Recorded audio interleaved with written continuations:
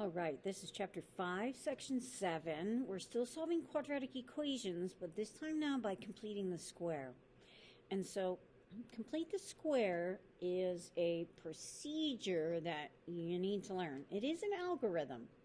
It's going to be the same for each and every problem that you're asked to complete the square. And the reason we use completing the square is because sometimes our quadratic equations cannot be factored, but it doesn't mean there are not any solutions. Sometimes it means that there are imaginary roots, and we're going to talk about that in this lesson. But it's basically a procedure that allows us to get solutions for any quadratic function. This includes the ones that can be factored. You can complete the square with anything. Complete the square works with every quadratic equation. And so once you learn and master complete the square, you're going to find that it's really, really not that bad. And it's not that difficult, actually. But to learn it, I mean, you got to come in a little bit slow and get used to what the rules are with completing the square. So, again, completing the square is a technique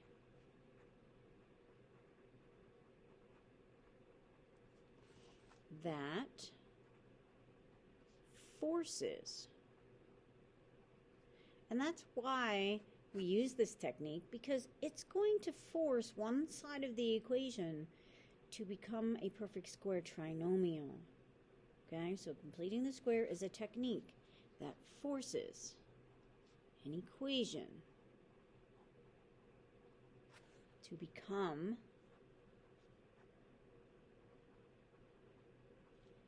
a perfect square trinomial.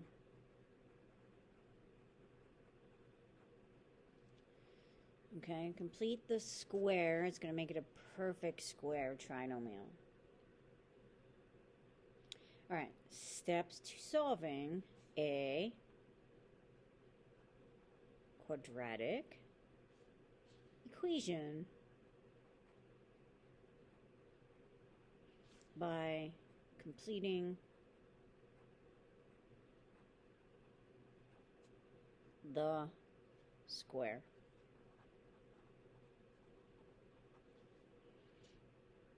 All right, these are steps. Number 1, number 2, number 3, number 4, number 5, when we get down to the bottom of the page here. Well, the middle of the page. All right, so these are the steps. This should actually be a colon, because these are, we're going to fill in what the steps are.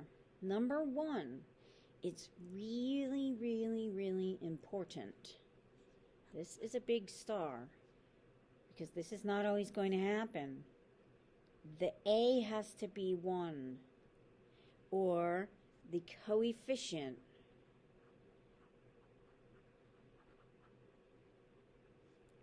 of the quadratic term. And what we mean by quadratic term, we've discussed this already in this course, is the x squared term. All right, the coefficient, which means the number in front, the A, of the quadratic term, the x squared term, has to be a 1.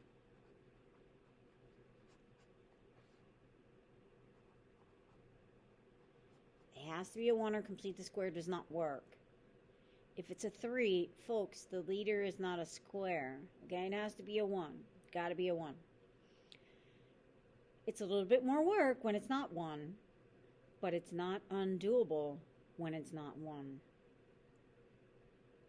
All right, so that's the very first thing that you have to look for. Kind of like when you're factoring. First thing you look for is a GCF. When you're completing the square, first thing you look for is A1. If A is not 1, you got to make it be a 1. Number 2, the second thing you do is boot, B-O-O-T, or give it a kick over to the other side. Boot the constant. So you're going to take that constant term and you're going to kick it over to the other side of the equation. If it's positive on the left, it becomes negative on the right. If it's negative on the left, it becomes positive on the right. you're going to move that constant to the other side. All right, step number 3, after I move the constant to the other side, I'm going to take, and this is, the part that students need to memorize. You're going to take 1/2, the coefficient, which is just the number in front of, okay? Coefficient. So you're going to take the coefficient of the middle term, that linear term, and you're going to cut it in half. So take 1/2 coefficient of the linear term, and that's this x to the power of 1, okay? That's linear. X to the power 2 is quadratic. X to the power of 1 is linear. If you have a number with no x, that's constant. You have to know your parts of the equation to do this. So you look at the middle guy, the linear term, and you look at the coefficient, you cut it in half. After you cut it in half, you take that value and square it. Hence, complete the square, okay? Once you get that value that's squared, you're going to take it and add it to both sides of the equation. Both sides, not just one, both sides. What ends up happening when you do this is you're forcing a perfect square trinomial on the one side of the equation. So you're going to factor it. Factor the perfect square trinomial. And if you have really learned factoring well, then you know a perfect square trinomial always factors into a single binomial squared. After we get a single binomial squared on one side of the equation, you will then apply the square root method for solving.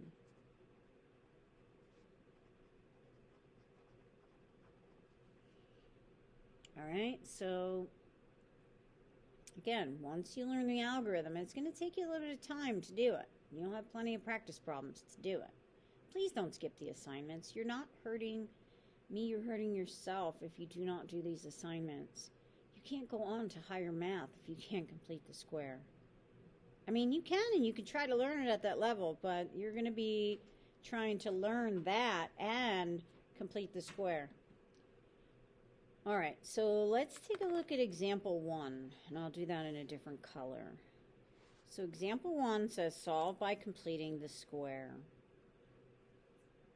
Now, if you're given a problem and you're told specifically how to solve it, then you must use that method. All right, so solve by completing the square. The rule is to make sure that the leading coefficient of the quadratic term is a 1. I look at my equation, and it is. A is 1. Next thing to do is to take the constant term, which is the one that has no variable, and kick it over to the other side.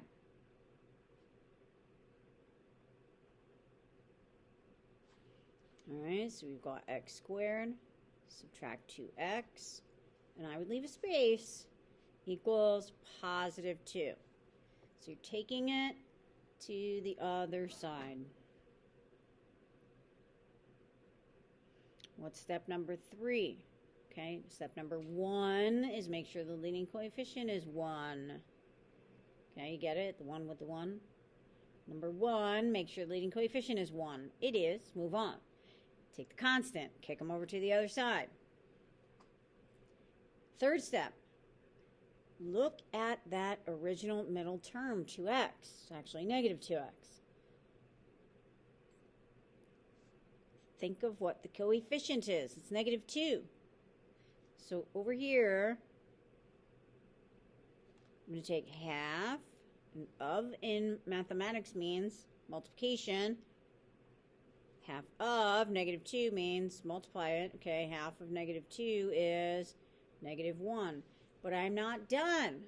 I only took half of it. Now I have to take the negative 1 and square it to complete the square. This is the square that gets added to both sides. All right, so when I set this up, I always set it up as x squared minus 2x plus, I put a box here, like an actual square. Whenever I add to the left side, I have to add to the right side. So I'm going to put my value in there. What am I adding?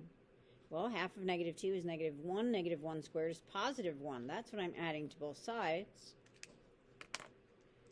This on the left-hand side of the equation is a perfect square trinomial. It's always going to factor into a squared binomial. Always. Signs are the same. They're both minus. This is x. This is 1. It's always going to work out that way. Always, always, always. It's never not going to work out that way. The right side, you add the 2 and the 1, you get 3. Now I can apply the square root method. Because remember, I'm solving for x. Okay, and complete the square tricks the equation so that you can get that x out of the grouping. All right, how do I undo a square? I square root. And so when I square root on the left side, I get x minus 1 equals positive or negative. Remember, when you square root, you need the plus minus. Square root of 3. 3 is prime. It has no square factors other than 1. And so I cannot break it down anymore. But what I can do here, because x is not by itself yet, is add the 1. So I see x is equal to positive 1. Folks, we always put it in the front, not behind. Please do not put it behind. This is 1. Add or subtract the square root of 3 to give my 2 answers. And yes, these can be checked. Am I going to require it? Probably not. Because it's going to be enough for you to get through the completing the square. You must give me 2 separate answers. I do not want an answer like this. If you do that, I'm going to take a half a point off for each one. I want you to know this is 2 answers. X equals 1 plus the square root of 3, and x equals 1 subtract the square root of 3.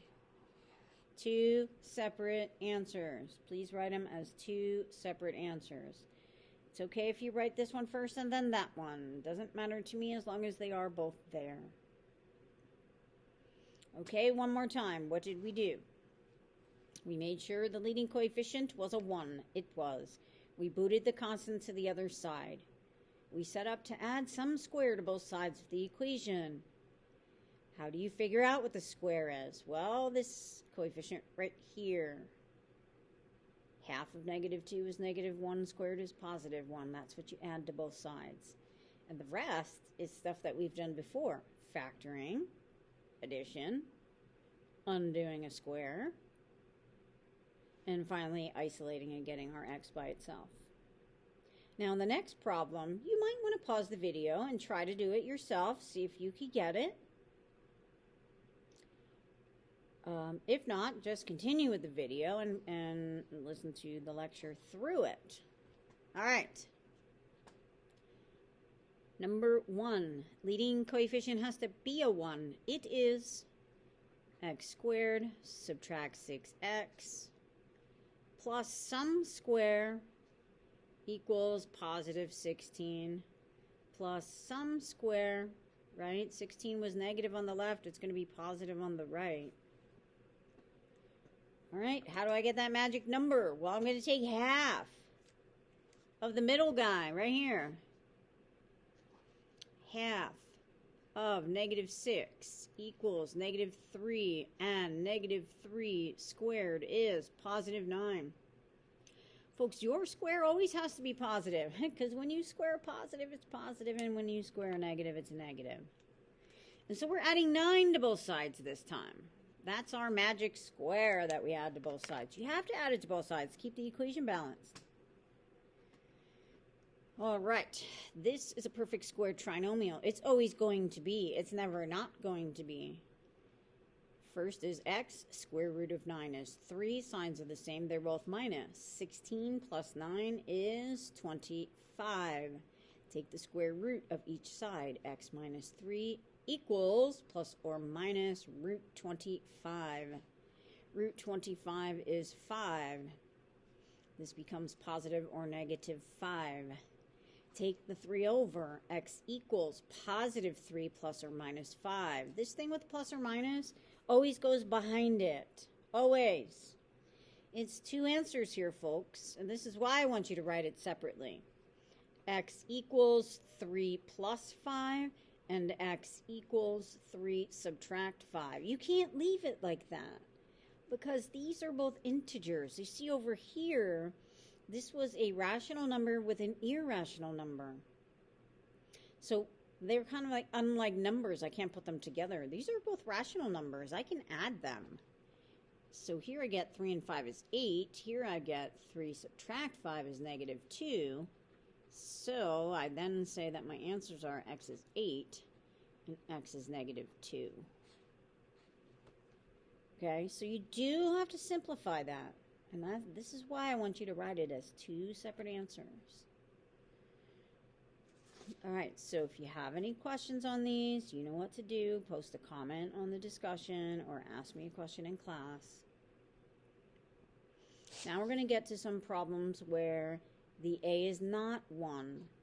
Again, don't let this be something that's so difficult. It's really not that difficult. All right, page 2 or side 2. I'm going to puzzle this off to give a little separator. All right. Example 3, the leading coefficient is not 1. You have to make it become a 1. The only way to make this become a 1 is to divide everything by 3. Can't just divide the first term. Gotta divide them all of them by 3. This one, this one, this one, and this one. Divide by 3, divide by 3, divide by 3, divide by 3. What do I have on this side? Well, I have an x squared plus a 5 over 3 times x. Yes, it's a fraction. So what? I'm going to show you it's not hard to take half of a fraction, and it's not hard to square a fraction. Subtract 28 thirds equals, this side is still 0. 0 divided by anything is still 0. All right, the next step is, once you have your leading coefficient, a 1, you're going to take the constant to the other side. X squared plus 5 thirds times x plus some square equals positive 28 thirds plus some square. All right. The rule for finding out what square you add to both sides is to cut the middle one in half. So half of 5 over 3 is 1 times 5, 5, 2 times 3, 6. Folks, when you're taking half of a fraction, all you do is multiply the bottom by 2. That's it. That's it. Always. Always, always, forever and a day. All right? Then, when you square a fraction, you square the top and you square the bottom. So this is 25 over 36. This is what you're adding to both sides. 25 over 36.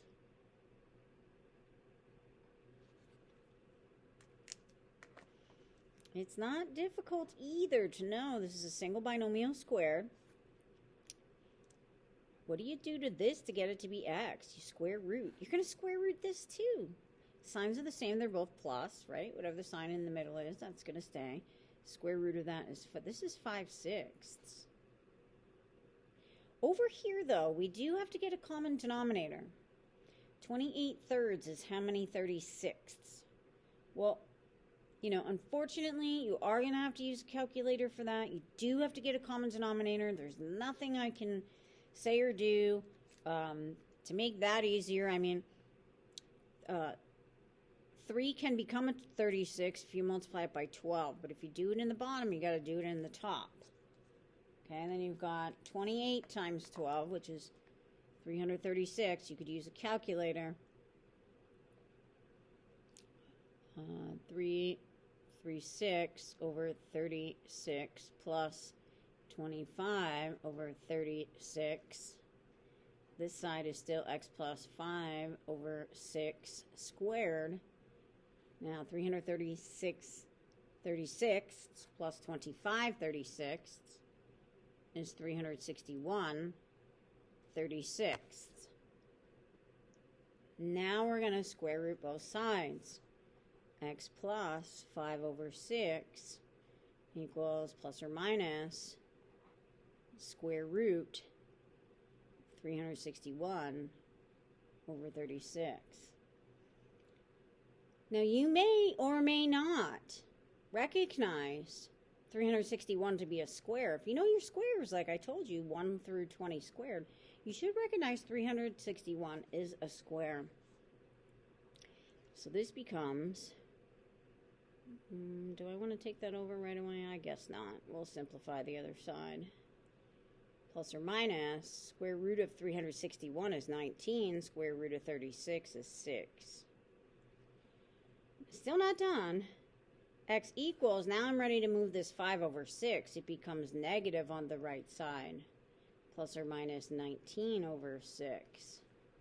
I have 2 answers. I'm going to go over here so that I have room. And hopefully you didn't write too large or you'll run out of space. X equals negative 5 over 6 plus 19 over 6.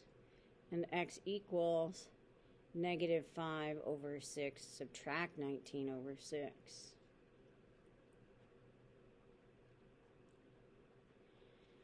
All right, negative 5 6 plus 19 sixths is, what do we got? 14 over 6. X equals 14 over 6, which can be simplified. They're both even. So 14 divided by 2 is 7. 6 divided by 2 is 3. All right, down yonder, negative 5 6 minus 19 6. 19 20. This is negative 24 over 6. And 6 divides 24. So here we see x is equal to negative 4. 2 answers. So I ask you, are the steps terribly, terribly difficult? I don't think so, but is there a lot going on?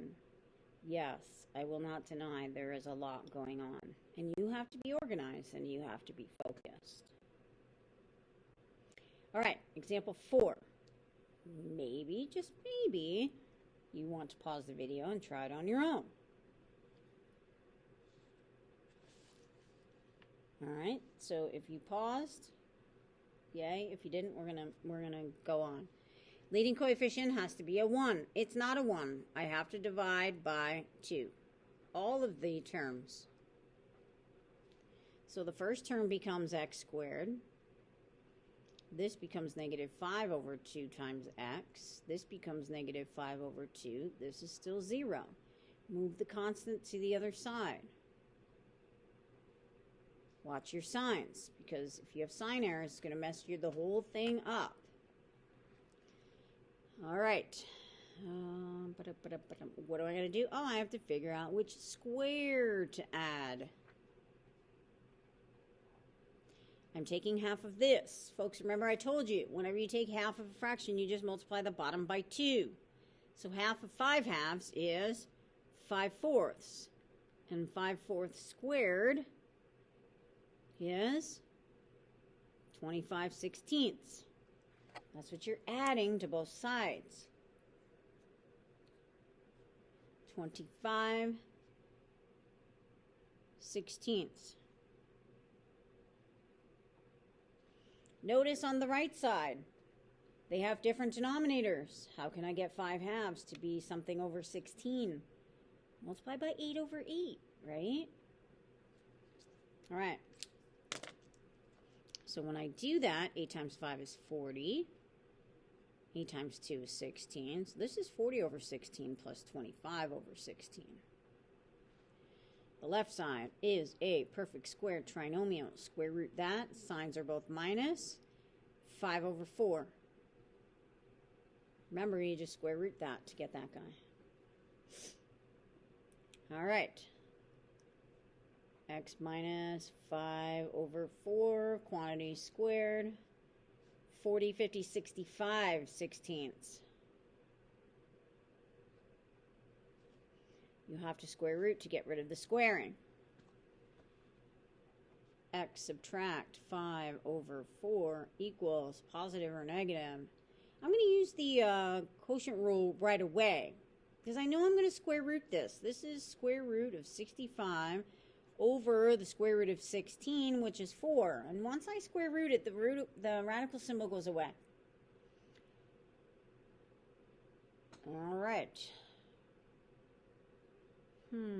65, can it be simplified? I don't know. You could use a calculator. Any number that ends in 5 is divisible by 5.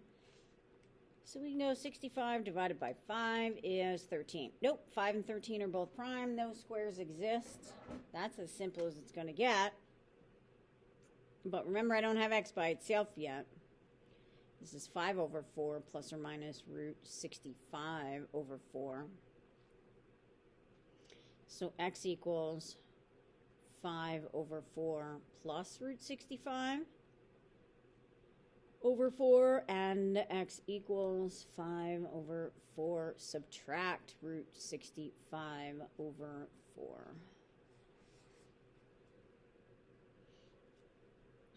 Not too terrible. All right, example 5.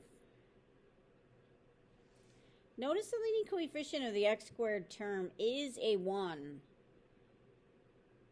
And notice that the constant is on the other side, but I also have this linear term.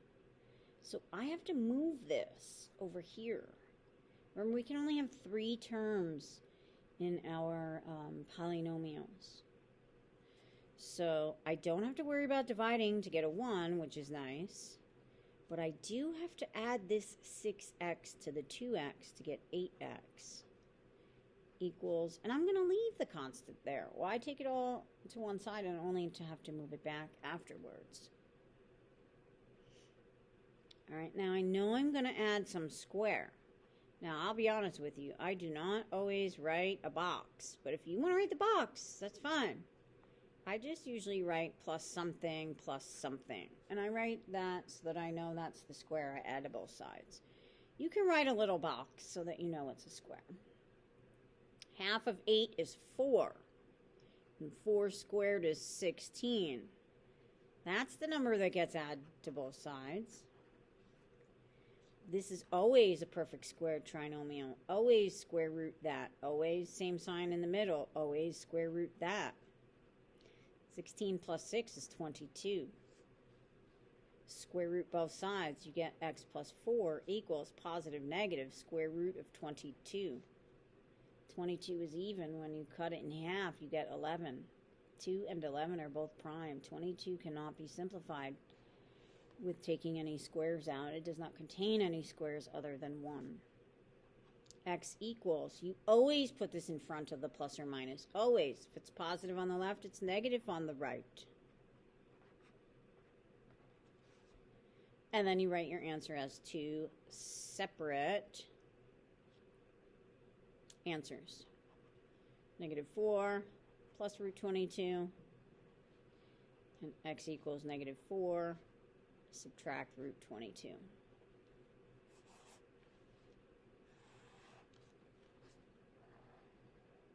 So I'm saving a little space at the bottom of my note sheet because I want to talk about something before the end of the video with you for some of the problems that you're going to see. Why don't you go ahead and try to do number 6 on your own. Pause the video. Okay, hopefully you pause the video and you realize that the leading coefficient or the coefficient of the quadratic term is not a 1. It has to be a 1. So divide by 5. I actually like to put my quadratic and my linear term on the same side first. So I got 5x squared. Subtract 10x equals 20, right? The constant stays on the right side. Divide by 5, because this is not a 1. You know, you have this problem here. Got to get rid of it. It's like you're factoring out a 5, and a 5 will never equal 0. Just like you were solving by factoring, and you use zero product principle, ZPP, you were really finding the zeros of the function. What are the values of x that make the y be 0? So 5, if I factor it out, it's never going to be a 0. That's why we don't have to worry about it, because we're not factoring here. We're completing the square. All right, when I divide this by 5 and this by 5 and this by 5, this becomes 1x squared. 10 divided by 5 is 2x. And 20 divided by 5 is 4. All right. Plus something, plus something. Again, you can write a box. Half of negative 2 is negative 1. Square negative 1 is positive 1. That's what you're adding to both sides. This is always perfect squared trinomial. Square root is x minus. Square root of that is 1. 4 and 1 is 5. Take the square root. X minus 1 equals plus minus root 5. 5 is prime. You can't break it down. Move the 1 over. X equals 1 plus minus root 5. Two answers. X equals 1 plus root 5. X equals 1 minus root 5. Two answers. Two answers. All right, you know what to do. You could ask a question in class. You could post a comment on the homework discussion. You could join a Google Meet. Now that we're back to hybrid, you may want to come into the Google Meet early in the morning during my e-learning period if you have questions and you're at home. All right, one last thing to cover with these types of problems, because you're going to see this. For the one problem, and it could be more than one problem, if your answer is negative 1/4 plus or minus the square root of negative 11 over 4. All right. We know we cannot take the square root of a negative number. This is not a real number.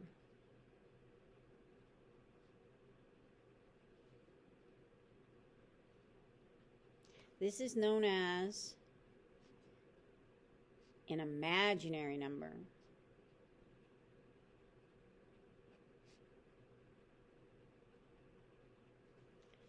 And so we use I. Folks, the square root of negative 1 is I. And so anytime you have a negative inside, you're going to bring it out as an I. So I'm going to rewrite this as negative 1/4 plus or minus I times the square root of 11 over 4. Now, if this radical can be simplified more, which it can't because 11 is prime, if it can be simplified more, then you would simplify it. In other words, if you have something like 2 plus or minus the square root of negative 12,